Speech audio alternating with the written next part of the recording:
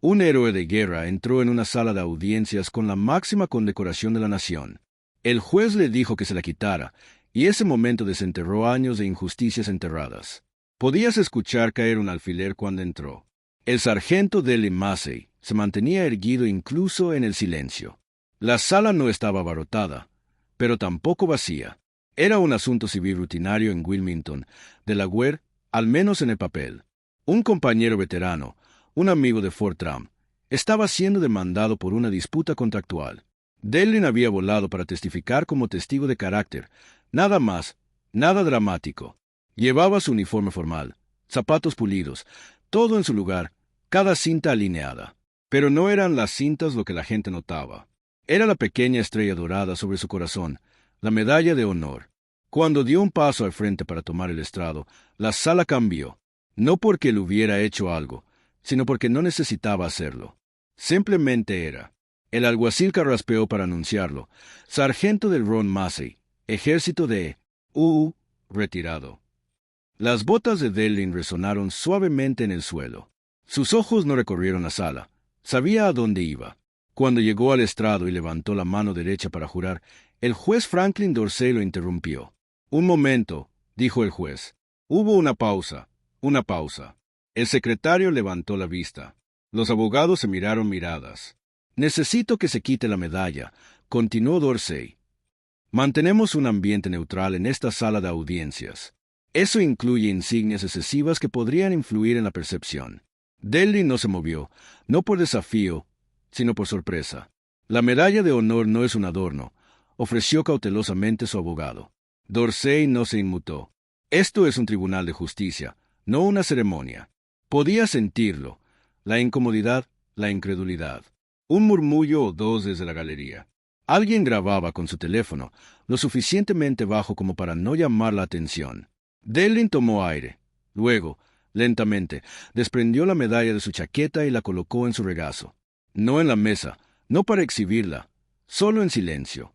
No discutió, no preguntó por qué. Y ese silencio resonó más fuerte que cualquier protesta. Tras testificar, Dellin bajó del estrado sin decir una palabra.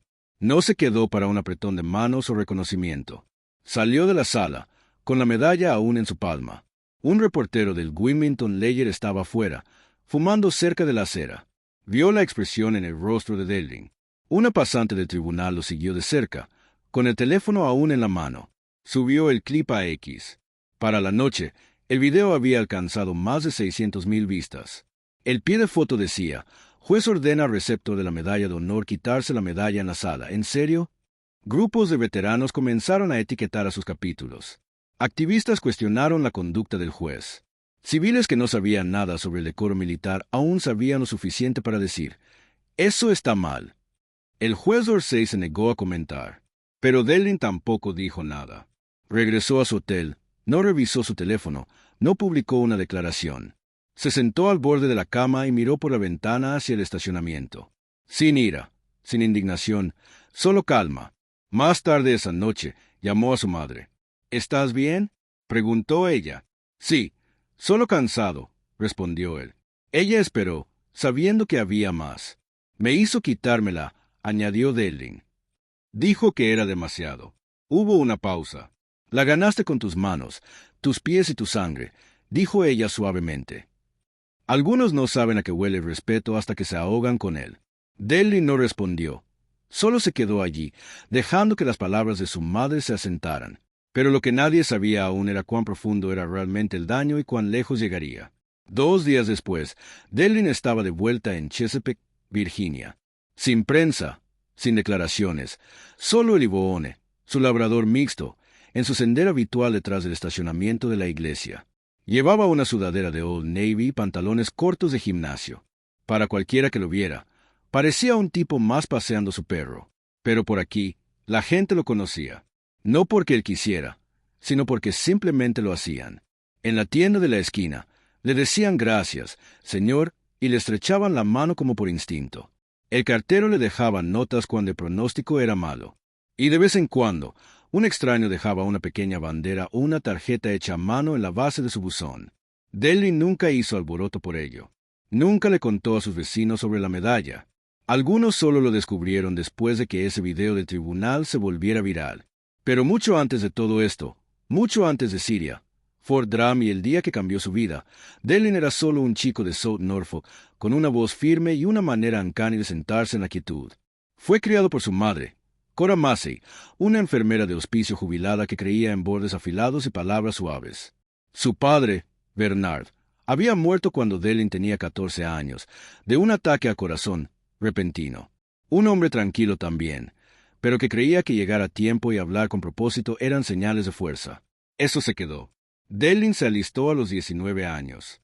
Infantería, no porque amara el combate, no lo hacía, sino porque quería cargar con algo más pesado que él mismo. Le gustaba la responsabilidad, entendía la presión. Después de su segundo despliegue, fue elegido para el destacamento de guardia en la tumba del soldado desconocido en Arlington. La mayoría no sabe lo difícil que es eso. La selección, la disciplina, las horas de entrenamiento solo para caminar en silencio con precisión. La inspección era tan brutal que una arruga en un calcetín podía devolverte al principio. Pero Delin pasó, uno de los pocos guardias negros asignados allí. Y cuando los turistas se inclinaban sobre las barandillas con sus teléfonos y los niños hacían preguntas demasiado altas, Delin nunca se inmutó. Ni una vez. Solo caminaba, paso a paso, día tras día. Luego vino el tercer despliegue, en el noreste de Siria, 2018. Las cosas se intensificaron rápido. Una emboscada. Civiles atrapados en el fuego cruzado cerca de un puesto de la Media Luna Roja.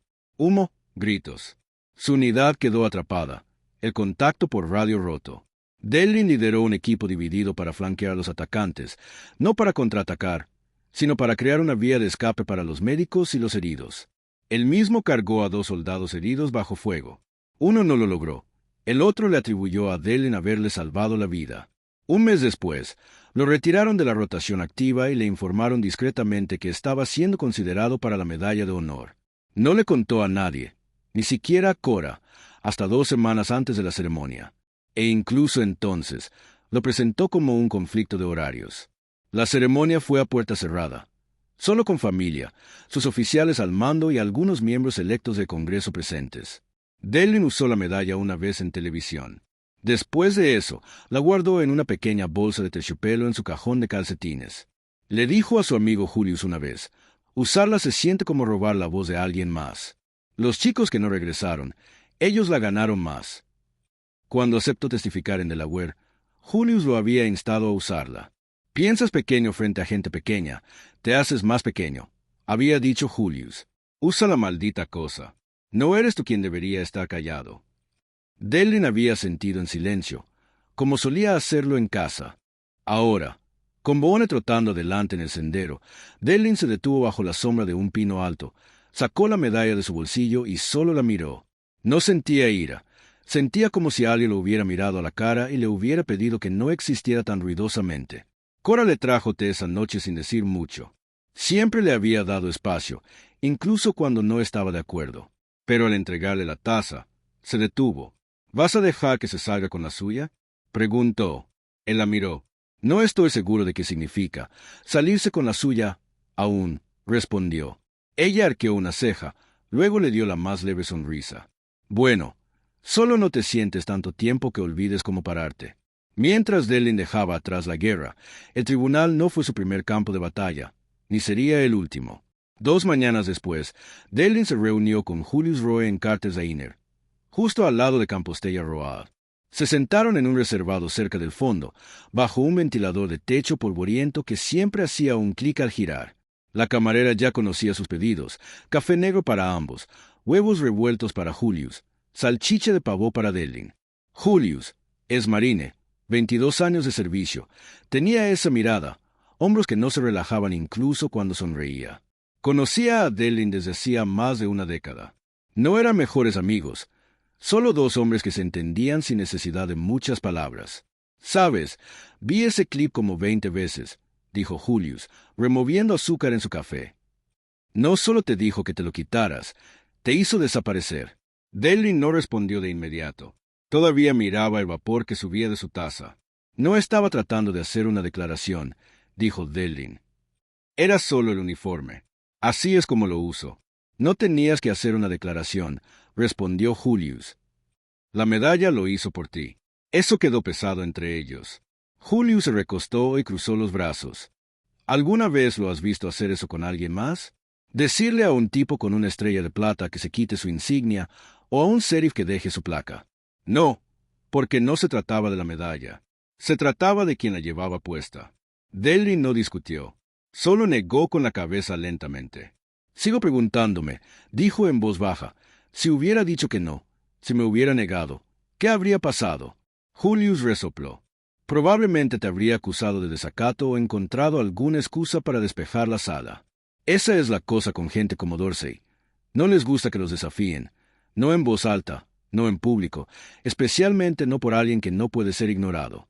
Delrin miró a su viejo amigo. No estaba tratando de desafiarlo. No tenías que hacerlo, dijo Julius, tomando otro sorbo de café. Entraste ahí con una verdad que él no podía controlar, y entró en pánico. A unos reservados de distancia, alguien susurró el nombre de Delrin. Un hombre de mediana edad se acercó al mostrador, ofreció un pequeño saludo y se fue.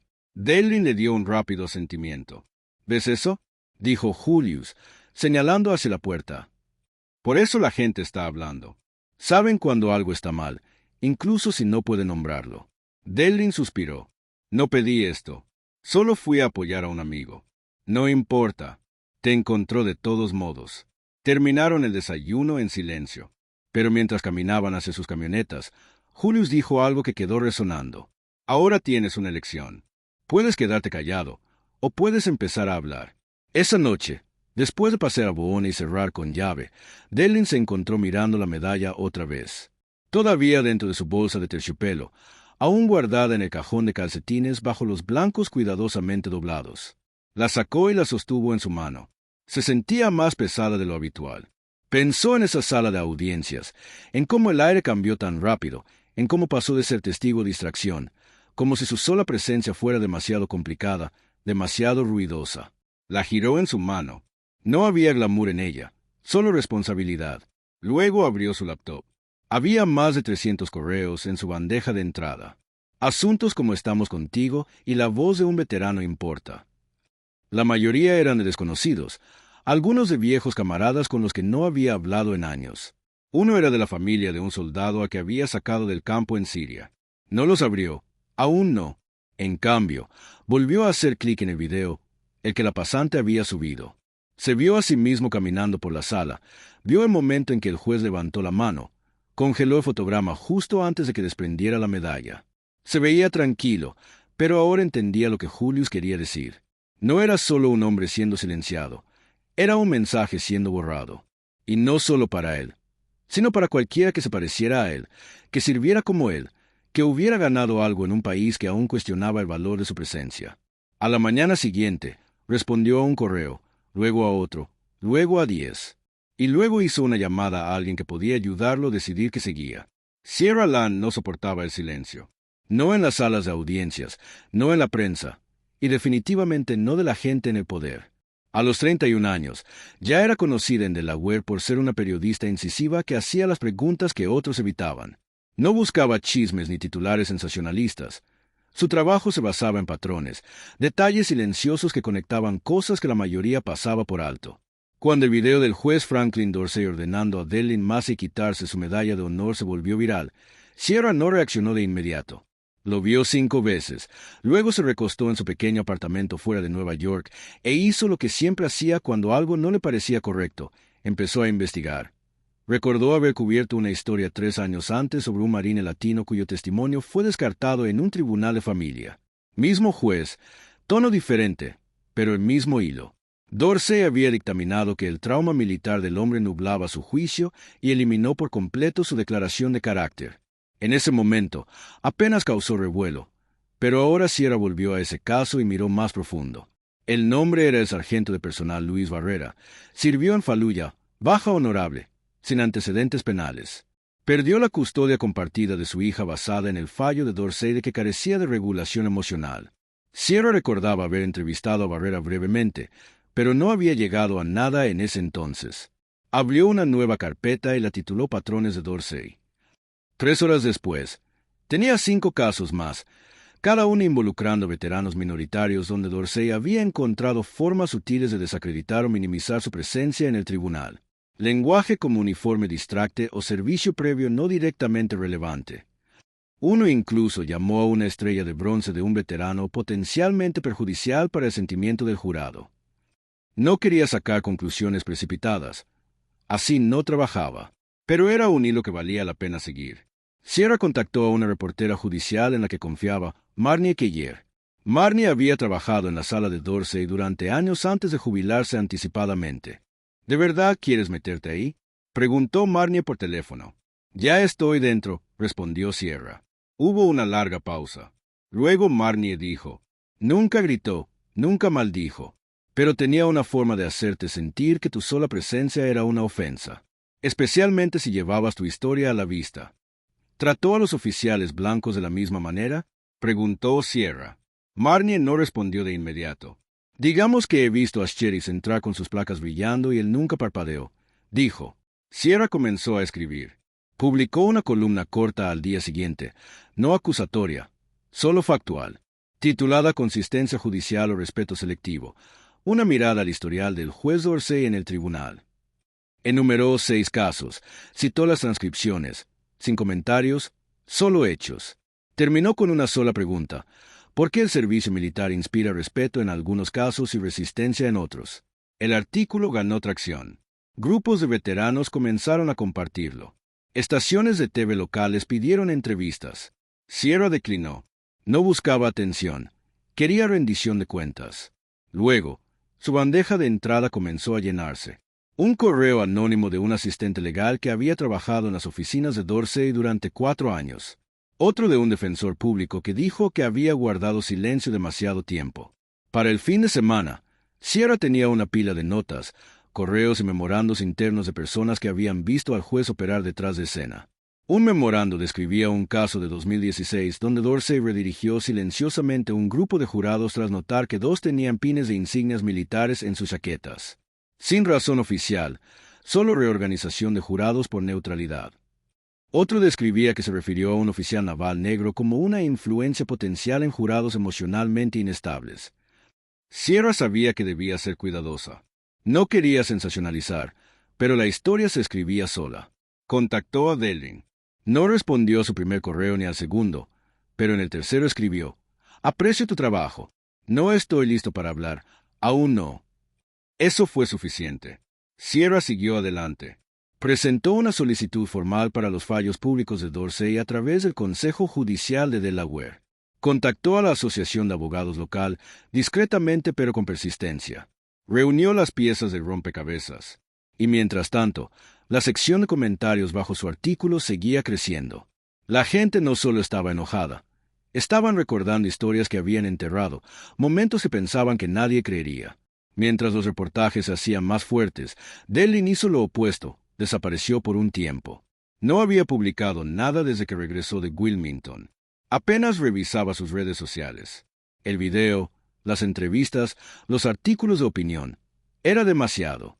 No le gustaba ser tratado como un símbolo, especialmente por gente que no sabía nada de él. Pero el correo seguía llegando. Primero fue un sobre Manila dejado en su porche, sin dirección de retorno. Dentro, una nota escrita a mano de una mujer en Charleston que decía que su hermano había servido en Irak y fue enterrado en silencio cuando regresó. Escribió: no hablaste, pero de alguna manera dijiste lo que nunca pudo. Luego llegó una tarjeta de un bombero retirado en Milwaukee, luego un paquete de cartas de estudiantes de secundaria en Albany. Y cada día llegaban más sobres, la mayoría con letra temblorosa, algunos con dibujos, unos pocos con banderas dobladas.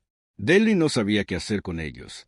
Al principio, los apiló en una caja de zapatos en la mesa de la cocina. Luego se convirtieron en 2 cajas, luego 3. Una carta destacó. Llegó en un sobre rojo brillante.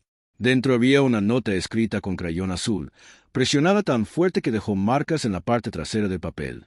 Querido señor Massey, mi nombre es Terence Cla. Tengo 12 años y vivo en Camden, Nueva Jersey. Vi el video de usted en el tribunal. Le dije a mi mamá que parecía un superhéroe. Ella dijo que es un soldado de verdad. Quiero serlo también. No sabía que la gente podía ser mala con los héroes. Creo que es valiente incluso cuando no dijo nada. Por favor, no se sienta mal. Algunas personas simplemente no saben cómo actuar. Su amigo, Terence. Delin sostuvo la carta por un largo tiempo. Había un dibujo en la parte trasera. Delin parado en lo que parecía el suelo de una sala de audiencias, la medalla brillando como un emblema de cómic. Un juez diminuto detrás de un escritorio enorme decía algo en un globo de diálogo. «Quítatela», mientras que el personaje de Delin respondía calmadamente. «No». Delin sonrió. Terence había reescrito el final. Esa noche, Delin se sentó en la mesa de la cocina mucho después de que Cora se fuera al dormitorio. Boone estaba acurrucado a sus pies. Las cajas de cartas estaban apiladas a su izquierda, pero mantuvo la de Terence frente a él. Tomó un bolígrafo, dio una vuelta a la carta, pero lo pensó mejor. Tomó una hoja limpia y comenzó de nuevo. «Querido Terence, gracias por tu carta. Creo que los superhéroes son más silenciosos de lo que la gente piensa. También se cansan a veces. Pero siguen levantándose, no porque quieran pelear, sino porque algunas cosas valen la pena conservar. Estaba orgulloso de usar esa medalla, pero más orgulloso de cuidar a mi gente, incluso cuando es difícil. Sigue siendo curioso, sigue haciendo preguntas y cuida de tu mamá. Ese es un gran trabajo. Tu amigo, señor Massey». Dobló la carta cuidadosamente, la metió en un sobre y escribió la dirección del remitente en la parte trasera. Sin alboroto, sin firma ostentosa, solo honestidad. Envió 5 cartas más a la mañana siguiente, luego 10 más después. Comenzó a reservar una hora al día, generalmente por las mañanas, antes de pasar a Boone, para responder. Mantuvo el lenguaje sencillo, nunca dramático, solo real. Justo lo que hubiera querido que alguien le dijera cuando regresó a casa por primera vez y no reconoció el silencio en su propia casa. Un día, Cora lo encontró dormido en la mesa, con el bolígrafo aún en la mano, una carta a medio escribir. No lo despertó. Solo puso una manta doblada sobre sus hombros y dejó una nota adhesiva junto a su codo. Una voz hace espacio para otras, incluso si solo susurra. Cuando Delin despertó, leyó la nota, sonrió, se frotó los ojos y volvió a tomar el bolígrafo. Mientras Delin sanaba en silencio, el juez Dorsey decidió que era hora de hablar. Y empeoró las cosas. El juez Franklin Dorsey no estaba acostumbrado a la crítica pública. Durante la mayor parte de sus 28 años de carrera legal, había mantenido un perfil bajo. Nunca fue objeto de elogios, pero tampoco de escándalos. Su reputación era estricta, quizás demasiado. Prefería el silencio sobre la atención, la formalidad sobre el calor humano. Eso funcionaba en el tribunal, no tanto fuera de él, pero Internet no era una sala de audiencias. Y en las semanas posteriores a que el video de Massey se volviera viral, el nombre de Dorsey fue arrastrado por titulares nacionales, foros de veteranos y mesas redondas de los domingos. No esperaba que la reacción durara. Pensó que el ciclo de noticias pasaría. No lo hizo. Así que, tras unas firmes sugerencias de un consultor de relaciones públicas local y su cuñado, ambos convencidos de que su silencio empeoraba las cosas, Dorsey aceptó aparecer en un programa de radiofónico local, Capital Square Talks, conducido por Martin Levin. El plan era simple: aclarar el protocolo de la sala de audiencias, dirigir la conversación hacia el decoro y seguir adelante. Pero la claridad solo funciona cuando estás dispuesto a escuchar al otro lado. La entrevista se emitió en vivo un martes por la mañana. Martin Levin lo presentó cortésmente. Dorsey respondió con una voz clara y plana. «Gracias por recibirme. Juez, empecemos con el momento en sí mismo», dijo Levin. «¿Por qué pedirle a un receptor de la medalla de honor que se quite algo que ganó a tan alto costo?» Dorsey aclaró la garganta. «En mi sala de juicio, la consistencia es importante. Se espera que todas las partes aparezcan sin símbolos o vestimenta que puedan influir en la percepción, ya sean pines políticos, artículos religiosos o insignias militares». «Claro», respondió Levin. «Pero una medalla de honor no es una pegatina de campaña. Es el máximo reconocimiento militar que otorga este país. ¿No cree que su simbolismo merece respeto?» «No cuestiono su servicio», respondió Dorsey. «Estoy protegiendo la imparcialidad de los procedimientos. Las emociones pueden influir en los resultados. Mi responsabilidad es la neutralidad». La palabra neutralidad quedó flotando en el aire como humo. Levin presionó suavemente. «Respetuosamente, juez, muchos sienten que ese momento fue más allá de la neutralidad, que pareció y se sintió como una ruptura». Hubo una pausa. Dorsey respondió lentamente. Hemos sido una cultura que recompensa el espectáculo por encima del proceso. Me niego a dirigir un tribunal gobernado por sentimientos. Puede que no sea popular, pero es correcto. Esa línea fraseó titulares en horas. Para el mediodía, hasta como almohadilla espectáculo sobre proceso y almohadilla fuera Dorsey estaban en tendencia. Veteranos de todo el país comenzaron a publicar sus medallas, sus historias y, más importante, las formas silenciosas en que habían sido marginados. Para la tarde, 3 jueces retirados emitieron comunicados distanciándose de los comentarios de Dorsey. Uno de ellos, el juez Horace Winfield, fue especialmente incisivo. La imparcialidad en la sala nunca debe convertirse en un escudo para desestimar la humanidad de quienes han sacrificado por esta nación. Si la dignidad perturba tu tribunal, estás presidiendo el tipo equivocado de justicia. Esa cita llegó a la primera página del Times de Delaware. Sierra Land la incluyó en su siguiente artículo. Pero quizás la respuesta más devastadora vino de alguien a quien Dorsey había fallado en contra, Luis Barrera. Publicó un video corto en respuesta a la entrevista radiofónica del juez. Parado frente a la escuela de su hija, Barrera habló con calma. El juez Dorsey una vez dijo que yo era demasiado emocional para criar a mi hija porque lloré cuando hablé de Fallujah. Dijo que la emoción nubla el juicio. Creo que tal vez es el miedo lo que nubla el suyo. Ese clip alcanzó 1,2 millones de vistas en 24 horas. Dorsey no emitió ninguna declaración de seguimiento. Canceló una segunda entrevista que había sido programada con un medio de noticias regional, alegando un conflicto de horarios. Nadie le creyó eso. Sierra publicó otra pieza, titulada Proceso versus Presencia, lo que faltó en la entrevista de Dorsey. Escribió, la integridad judicial no requiere borrado de la experiencia vivida. Si la medalla de honor perturba el sentido de equilibrio de un tribunal, quizás el desequilibrio está en otro lugar. Abogados comenzaron a organizar peticiones para que Dorsey fuera revisado por el Comité de Ética Judicial del Estado. La Asociación de Abogados, largo tiempo silenciosa, emitió un comunicado tibio diciendo que todos los jueces debían estar conscientes de la óptica y las implicaciones de sus decisiones en la sociedad moderna. Para muchos, eso fue demasiado poco, demasiado tarde. Para Delin Massey, viendo todo eso desplegarse desde el sofá de su sala en Chesapeake, la reacción no era satisfactoria. Solo se sentía pesado. No quería humillar a Dorsey. Ni siquiera quería una disculpa. Solo quería que la verdad se viera por lo que era, sin armadura, sin defensa. Boone apoyó su cabeza en el regazo de Delin mientras la entrevista en la radio se repetía en la televisión. La silenció. El aviso oficial llegó un jueves, escrito en papel con membrete de la Comisión de Conducta Judicial de Delaware. Estaba dirigido al juez Franklin Dorsey y marcado como confidencial. Asterisco revisión ética iniciada. Pero la filtración ocurrió antes de que sobrellegara a su escritorio.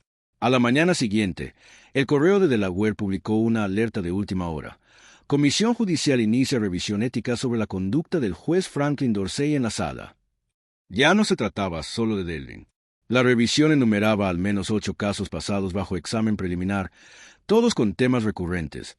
Declaraciones sobre presencia militar, neutralidad en la sala y comentarios no solicitados sobre comportamiento emocional. Sierra Land estaba lista. Publicó un artículo de seguimiento esa mañana. Más que un momento, una década de patrones en la sala de Dorsey. Sus fuentes habían crecido desde secretarios judiciales anónimos hasta asistentes legales, abogados jóvenes e incluso un estudiante de derecho que había sido pasante bajo Dorsey 2 veranos atrás. En un extracto de una transcripción de 2016, Dorsey había comentado, «Un corazón púrpura no te califica para interpretar la ley, solo para sobrevivir al caos».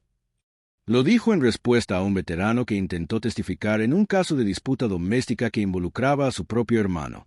La declaración de ese veterano fue eliminada del registro. La cita impactó fuerte. Llegó a los carteles de protesta que aparecieron fuera del tribunal de Wilmington en horas. Veteranos, activistas y civiles se reunieron frente a las escaleras, sosteniendo carteles como sobrevivir al caos es lo que nos califica y el honor no es opcional. La historia volvió a los medios nacionales. Presentadores de Late Night la mencionaron, no como broma, sino como pregunta. Un presentador preguntó al aire, si una sala de justicia es donde la verdad debería importar más, ¿por qué silencia a las personas que ya han arriesgado todo para protegerla? Detrás de escena, la comisión comenzó a realizar entrevistas. Personal de la sala judicial, asistentes legales y secretarios fueron citados. Algunos intentaron ser vagos, otros no se contuvieron. Una exsecretaria, llamada Clara Simone Brenner, dio una declaración grabada. Nunca usó insultos, nunca alzó la voz, pero tenía una manera de desestimar a ciertas personas que no tenían cierto tipo de pulcritud. Pensaba que el desprecio silencioso era más digno, pero igual duele. La comisión solicitó el historial completo de casos de Dorsey, desde 2010 en adelante. Sus decisiones se compararon lado a lado. Casos con testigos militares, demandantes negros o latinos, o cualquier litigante que llevara marcadores visibles de servicio, como uniformes, medallas, incluso placas de identificación. Mostraron una constante de minimización o restricciones directas. Mientras tanto, más quejas llegaron. Una de una enfermera retirada de la Fuerza Aérea, otra de la viuda de un marine que había testificado en una audiencia sobre beneficios del VA presidida por Dorsey. Cada voz añadía peso. Defensores públicos comenzaron a revisar casos antiguos, verificando si el sesgo en la sala podría haber influido en los resultados. Algunos incluso redactaron mociones para apelaciones basadas en los patrones emergentes. El juez Dorsey permanecía tras puertas cerradas. Su portavoz oficial emitió una respuesta fría y calculada. El juez Dorsey sostiene la integridad de su jurado y cumplirá plenamente con cualquier indagación considerada necesaria. Pero su control se debilitaba. El mundo legal en Delaware, normalmente reservado y cauto, comenzó a cambiar. Abogadores se distanciaron silenciosamente. Fiscales que alguna vez alabaron su orden ahora lo llamaban rigidez. Excoleos expresaron preocupación. En casa, Delin se enteró de la investigación no por las noticias, sino por Julius, que apareció en su puerta con 2 cafés y un periódico doblado. «Están yendo por él», dijo Julius, colocando el café en la mesa de la cocina. No con antorchas, sino con registros. Delin miró el titular, pero no dijo nada. «¿Estás bien con eso?», preguntó Julius. Delin asintió. «No es venganza», dijo. «Es reparación». Esa noche, paseó a Boone por el mismo sendero detrás de la iglesia. El aire estaba pesado con el calor del verano temprano, y las luciérnagas parpadeaban como si observaran. No se sentía victorioso, se sentía firme. Cora estaba en el porche cuando regresó. «Te pidieron que fueras ruidoso», dijo ella, meciéndose lentamente en su silla. «Pero tu silencio fue lo que no pudieron manejar». Asterisco algo más grande aún estaba creciendo, lejos del foco. La invitación llegó en un sobre amarillo con un remite de Camden, Nueva Jersey. Dentro, una nota en papel con membrete escolar, simple y amable. «Señor Herrero Massey, estamos organizando un día de veteranos y líderes en la escuela secundaria McKinley el próximo mes.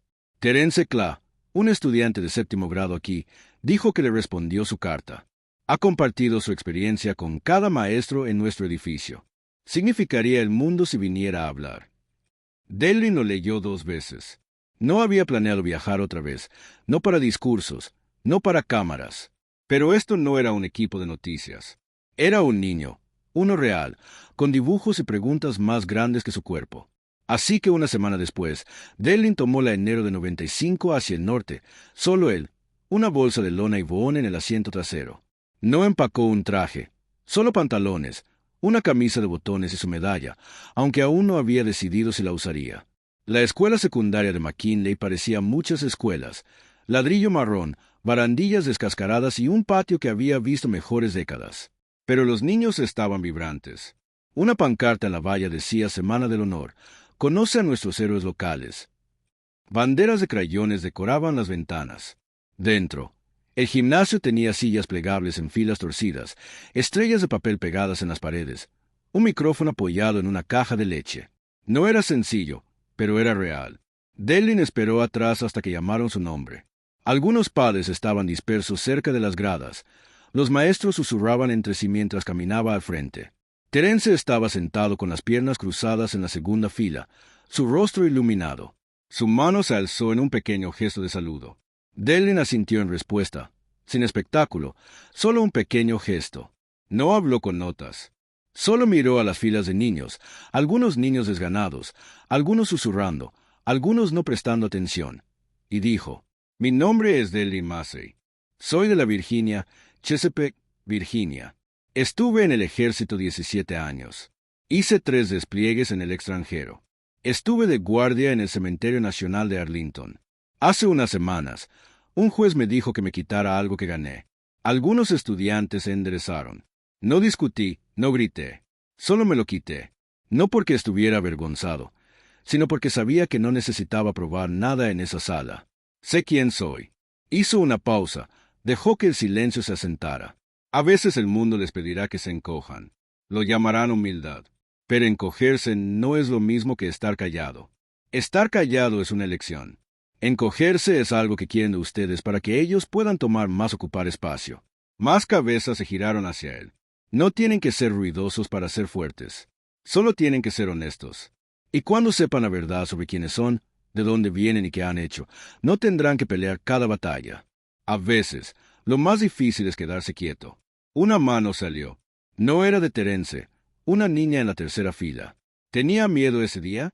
Delrin no parpadeó. No, pero estaba cansado. Otra mano, un chico con sudadera. ¿Se sintió pequeño? Delrin sonrió. Solo un poco. Por un minuto. Luego recordé que no podía tomar nada de mí que no le entregara. La sala quedó silenciosa otra vez, no del tipo incómoda, sino del tipo que escucha. Tras el discurso, Terence corrió hacia con un nuevo dibujo.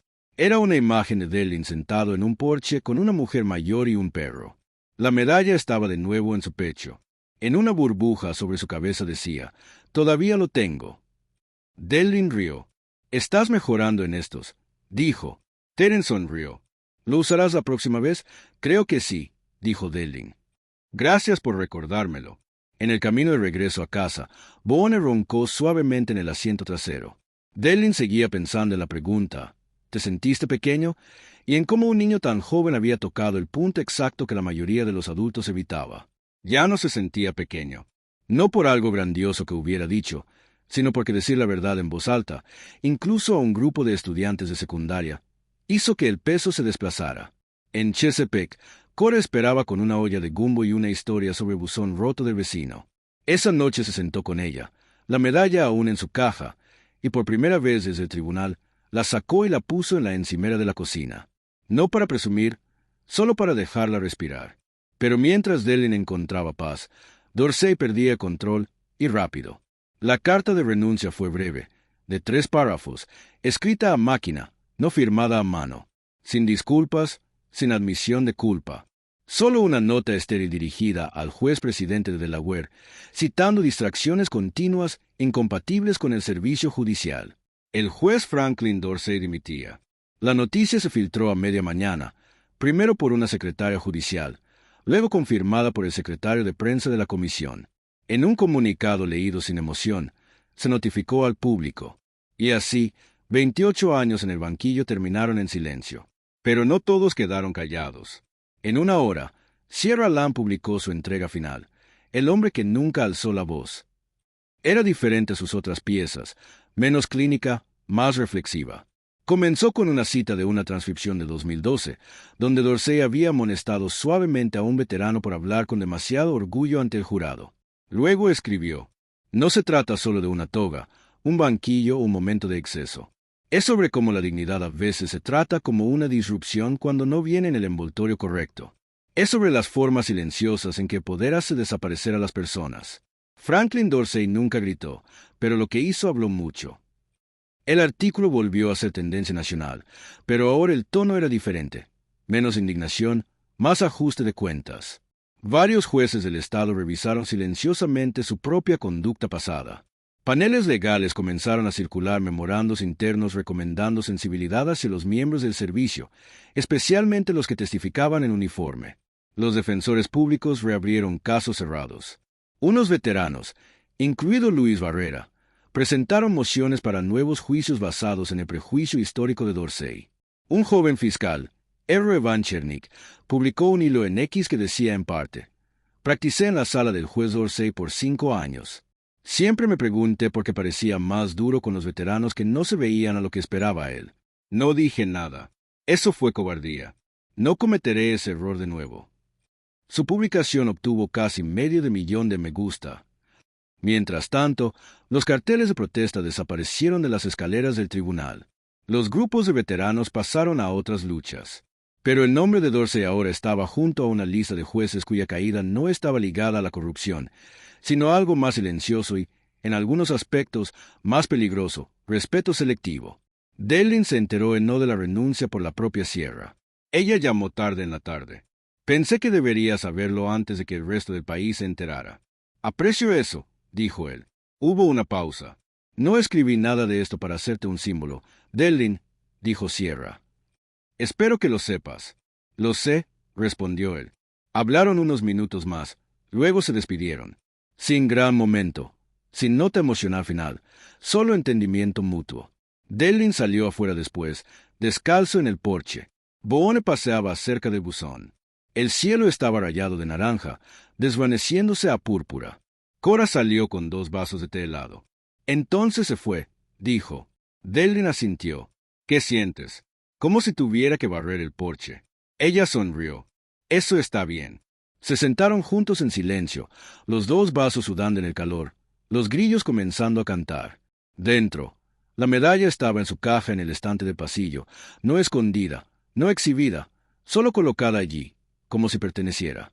Más adelante esa semana, Delin recibió un paquete de la escuela de Terence. Dentro había una pequeña placa de madera que los estudiantes habían hecho. Decía: «Nos hiciste escuchar». Debajo, una lista de nombres de niños que habían dibujado, escrito cartas, hecho preguntas, por la quietud de un hombre en una sala de justicia. Delin la colgó cerca de la puerta principal, no para el mundo, solo para él. Pero la última palabra no fue para el tribunal. Fue para Delin y una promesa que hizo hace tiempo. El aire otoñal de Camden llevaba el olor a tiza y pavimento cuando Delin salió de su coche de alquiler. Era su segunda visita a la escuela secundaria de McKinley, pero esta vez no venía a hablar. Tenía algo que entregar. Bajo su brazo estaba una copia marcada de la carta original de Terence Clay, escrita en crayón azul con el dibujo de superhéroe en la parte trasera. La había llevado a una tienda local en Chesapeake y la había enmarcado bajo vidrio protector, junto con su respuesta escrita a mano. No anunció que venía. No pidió atención. Pero cuando cruzó la puerta principal de la escuela, los ojos de la secretaria se abrieron. ¿Es usted el señor Massey? Él asintió. ¿Está Terence aquí hoy? 10 minutos después, Terence bajó por el pasillo, con una sudadera descolorida y zapatillas que chirriaban en el suelo. Sus ojos se iluminaron al ver a Delin. ¿De verdad regresaste?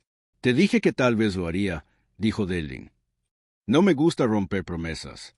Le entregó el marco. Quise que tuvieras esto. Me recordaste algo importante. No siempre necesitamos hablar alto para ser escuchados. Terence miró el marco, luego alzó la vista. Mi mamá dijo que debería escribir más cartas. Empecé a hacerlo en clase. Es un buen hábito, dijo Delin. Las palabras viajan más lejos que las personas a veces. Se sentaron juntos en una banca cerca de la biblioteca. Una maestra pasó y sonrió, pero no interrumpió. Boone permanecía sentado pacientemente cerca de las puertas, su correa alrededor de la muñeca de Delin. Terence miró la medalla prendida en el pecho de Delin. No la había usado la primera vez. «¿Trajiste eso esta vez?», dijo. «Sí», dijo Delin. «Pensé que merecía un poco de sol». «¿Se siente pesado?» «Algunos días», dijo Delin. «Otros días. Se siente como armadura. Depende de lo que llevo conmigo». Terence miró el marco de nuevo. «¿Crees que podría poderme ganar una de esas?» Delin no respondió de inmediato. En cambio, preguntó, «¿Quieres proteger a la gente?» Terence asintió. «Quiero ayudar. No me gustan los abusones». «Entonces ya estás haciendo más que la mayoría». Antes de irse, Delin le dio a Terence algo más. Un cuaderno nuevo, páginas en blanco esperando historias. «Escribe todo», dijo. «Incluso las partes que no tengan sentido aún». Así es como lo descubrimos. De vuelta en Chesapeake, las cosas volvieron a la calma. Las cartas seguían llegando, menos ahora, pero no menos significativas. Una de un juez retirado en Kansas, otra de un joven marinero estacionado en Okinawa, una de una madre cuyo hijo había visto la historia de Delin y cambió la forma en que se comportaba en la escuela. Delin comenzó algo pequeño pero constante, un grupo de mentoría local para veteranos que regresaban y se sentían perdidos en sus propios barrios. Se reunían en la biblioteca una vez por semana, sin discursos, sin estructura, solo un espacio para escuchar. No lo publicitó, no lo marcó, solo se presentó y escuchó. A veces, eso era todo lo que un hombre necesitaba. Cora también ayudó. Cocinaba para las reuniones, Hacía bromas que los veteranos más jóvenes no siempre entendían, y recordaba a todos que la quietud no era debilidad, era estrategia. Una noche, después de que el último se fuera y Boone se acurrucara para dormir a sus pies, Devlin se sentó en la mesa de la cocina y sacó una hoja de papel nueva. No era para una declaración, era para una carta. Para el que piensa que el silencio es la única respuesta, quiero que sepas algo. No tienes que alzar la voz para dejar una marca. No tienes que ganar una discusión para hacer un punto. A veces, solo tienes que quedarte donde estás, incluso cuando alguien intenta moverte. Así es como protegemos las cosas, nuestro nombre, nuestra dignidad, nuestro lugar en el mundo. Y cuando el momento pase, todavía estarás de pie, y recordarán que no te moviste. Sigue caminando, Devlin. Dobló el papel, lo deslizó en un sobre y lo añadió a buzón marcado enviar. Así es como funciona el legado, no en el ruido, sino en el peso de las palabras llevadas adelante por aquellos que las necesitaban más.